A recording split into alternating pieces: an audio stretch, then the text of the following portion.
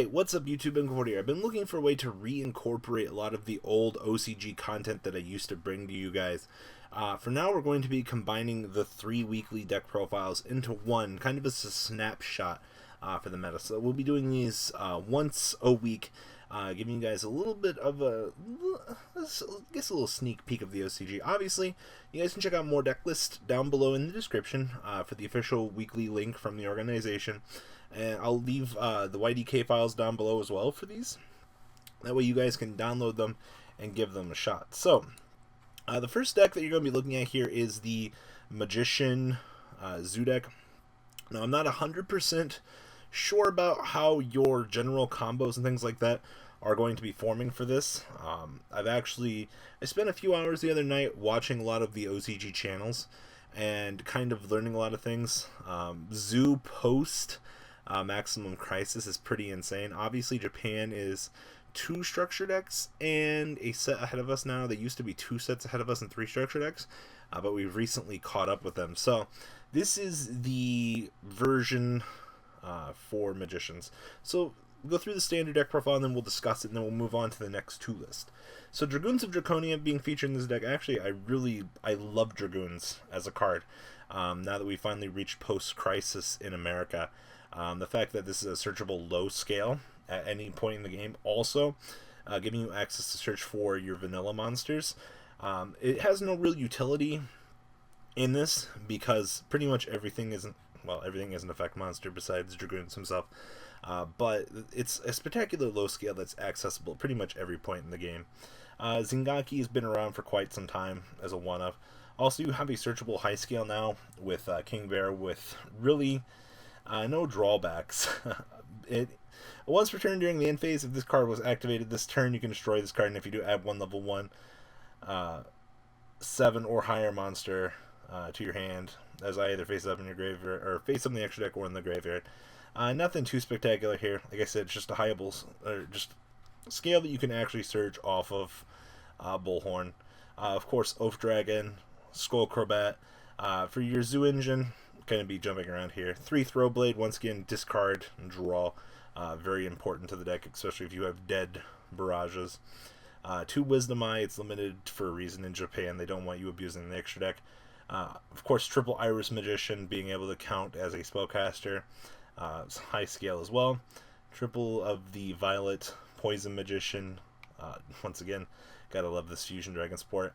I was actually hoping to see a way to resolve Zark in this, but I get what you're generally going for here. 1 Whiptail, triple of the Tomb Magician. This thing is pretty fucking good. Triple Rapier, and of course, you're packing in 7 hand traps in the main because of the format. This build is also playing 3 Duelist Advent. If a card is in the Pendulum Zone, add a Magician Pendulum or Pendulum Spell Trap card from your deck to your hand. Gotta love recruitability. Of course, Pendulum Call is still limited over there. This card's pretty stupid. Triple Barrage. Of course, Pendulum Graph of the Ages. Your opponent cannot target spellcaster-type monsters you control with spell effects. If a face-up Magician Pendulum card in your monster zone or Pendulum Zone leaves field, you get to fucking recruit for more Magicians. I definitely love this. Of course, 2 Barrier and 1 of the Pendulum Graph of Space-Time. Cannot target spellcaster-type monsters with trap effects. And just more recruitability. I definitely love the mass amount of combos that you can potentially do with Magicians. Of course, the extra deck here. 2 Bullhorn, 1 Wild Bow, 2 Trident, Lolaika, Hammer Kong, 1 Tigress, 1 Dweller, 2 Emerald, 1 Startime Magician, 2 level 4 Magician type monsters. Must be special summoned with the above XYZ materials. So something has to come out first. Once returned, detach material from this card, add to your hand 1 Dark Spellcast type Pendulum monster from your extra deck, or 1 Dark Spellcast type monster from your deck or graveyard. And then, once returned, if a Pendulum monster in your monster zone or Pendulum zone be destroyed by battle, you can send 1 Spellcast type monster from your deck to the graveyard instead. Definitely love the floatability of this. And of course, just Stardust, Ignister, and BLs. Side deck, more hand traps here. Dark Rebellion for access for full force. Harpy's Feather Duster, 2 Mind Control, 1 Dark Hole, triple Cosmic Cyclone, 1 Wavering Eyes, of course the 3 Full Force Spires, and Dimension Barrier. Bringing this version to a close. Not really much else to say about this. I really love the Magician support. Obviously, Zoo adds consistency to everything. So, definitely something that you're going to be looking at while playing this. Any hand I see this, and this is pretty fucking good. Alright, time to shift gears, guys. Time to look at OCG Zefra. So, when I first saw this list, obviously, this is a little bit more of a localized format in Japan. You have to remember most of their events are smaller. But one of the more tech things that we've been seeing lately in Japan has been the inclusion of Driver in Gamma. I've seen this in Water in Japan, and I definitely think that it's pretty cool getting the chance to actually see side frames being used outside of side frames. So, for this, you're looking at 1 Driver, of course, triple Grammatron, triple Zafranu, triple of your little Zefraxions, Zefru, 1 of the Zefrindi, 2 of the little Zefraxi, just 2 main decked hand traps with, of course, the 3 Mexi. Very interesting, though, to see with his high level of hand traps. I mean, obviously, like, still 5 here, and then these, of course. It technically gives you 8, but how consistent can you draw those in a 45 card deck? You don't really have as much deck thinning as you think you do. 1's Shadal Zefranaga, of course, the 2 red Resonator, and then 1 Synchron Resonator. Actually, like, having watched a little bit of the OCG play this card, it's pretty ridiculous what you can do with these. Spells, 1 Feather Duster, 1 Resonator Call, 1 Mind Control, 2 Terraforming, triple of the Zefra Providence. Card's actually such a sad art. 1 Cosmic Cyclone, 1 Teleport, triple Oracle, of course, 2 of the Celestial Crusade, 1 Zephyr Divine Strike, and 1 9 Branches. That's pretty much it for the main deck. You're looking at the side or extra deck here. Of course, Dryden for when you're siding in your things to take control of things. I'm main decked. 1 Dingdu, 2 Charge Warrior, additional draw power, Metamyths, Horus, Yazi, Omega, Ignister, Crystal Wing, Trishula, Xiaofeng. I actually hate this fucking card with a passion after playing in the TCG with it. Leo, 2 Nirvana, and of course Tzolk'in. Side deck, woohoo, Zefra Pericia. So adorable. 5 fucking hand traps. Hey, that's why I still have the Trident. Imagine, like, mind controlling, being able to do your thing and then move along with your day, and already having access to it in the extra deck. 1 DD Crow, 1 Cyclone, 1 Book of Moon, of course, the Wavering Eyes. It's not like you don't have pendulums to search. Triple Imperial Iron Wall, and 2 Royal Decree. Having watched this, though, having Gammatron, I remember a long time ago, I was like, man, this card looks so bad. But being able to pendulum summon twice is pretty absurd. Obviously, Providence. He banishes the card from your graveyard instead of letting a card be destroyed. And being able to Rhoda, like, they definitely saw a lot of the problems that Zefra as a whole had. And I think they definitely tried to fix them. Obviously, Crusade is pretty good. But having destroyed something of yours isn't at times. But being able to play it from the hand is pretty good. Gammatron definitely speeds up the process. And I definitely like the inclusion of Gamma now.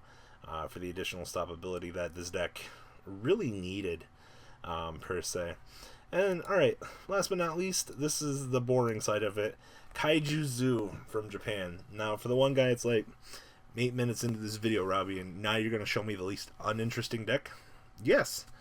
Actually, having watched this deck play, it's about as degenerate as what you would expect on the TCG side of things. So, of course, you're packing 4 Kaijus, 2 Throw Blades, pretty self-explanatory, pretty much mimicking the TCG so far. Obviously, this is post-Crisis.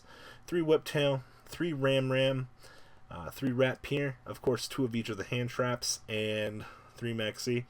Man, the OCG really loves more than 5 hand traps in the main. 7 for this. Definitely got to make sure that this shit doesn't resolve, though. 1 Feather Duster, Monster Reborn, triple Slumber, triple Cosmic Cyclone, 1 My Body is a Shield, triple Triangle, 1 Tinky, 2 Torrential, 1 Combo, triple Barrier. No Solemn Strikes. Remember, you don't want to put yourself on more of a timer than you already are. Extra deck, 2 Bullhorn, 1 Wild Bow, 2 Trident, 2 Leica, 1 Hammer Kong, 2 Tigers, Dweller, 2 Samurai, and of course, Castell. Side deck, triple Flying Sea, 1 Ghost Ash, of course Coral Dragon. I think this was this guy's mascot, unless some world, you know, like we're tuning for this. 2 Book of Moon, 1 My Body, another Torrential, triple anti-spell, Imperial Order, and Solemn Strikes down here. This deck plays pretty much the same way that the TCG version does. Shuffle, shuffle, shuffle, shuffle. So, super not exciting here, but obviously Throwblade to draw and Feather Dust is pretty fucking good to start your Zoo combo. Is pretty standard. Obviously, if you're going second, you have the ability to out as you need to with the Slumber. I believe you have the potential OTK here. Maybe, no, you don't, unfortunately. Obviously, you have Barrage, though, so that helps.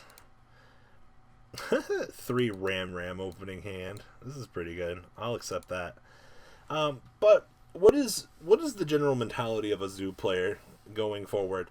Obviously, you just want to make sure that like your board is Hammer Kong, Emerald, and the General Dryden on the board. Turn 2, you can make double Dryden and have them float, which is actually really cool. Also, being able to use Tigress to refuel your Emeralds to get to even more resources is actually just pretty insane. I actually didn't know that Tigress could do that on Emerald, but it's really important, especially when you're playing this, that you need to be aware that you actually have access to beautiful things like that in your deck. So this is just a little snapshot of the OCG, guys, as I said, between Zoo Magicians, Zefra, and of course Kaiju Zoo. Guys, please tell me what you guys think. You guys like this segment? Should I go fuck off somewhere in the back room and never do OCG again? This is one of the segments I actually enjoy doing. So, guys, leave a comment down below. Tell me what you guys think. And, well, MCool40 out, guys. Peace. That's not all, folks. Please subscribe if you enjoyed this video. Please check out my Cardfight Vanguard channel, VanCool40. You guys will get an insight on our playtesting sessions. And please check out the Zoodiac Duelist TV Twitch stream. That way you guys can follow the House of Champions and MCool40 interactions. Please check out MCool Games for all of your guys' trading card game needs. And if you guys enjoyed this content, please check out my Patreon in the description. Every bit helps to the creation of these videos. One step at a time in improvement, and that's the goal of this channel. Alright guys, have a good time, and thanks for watching.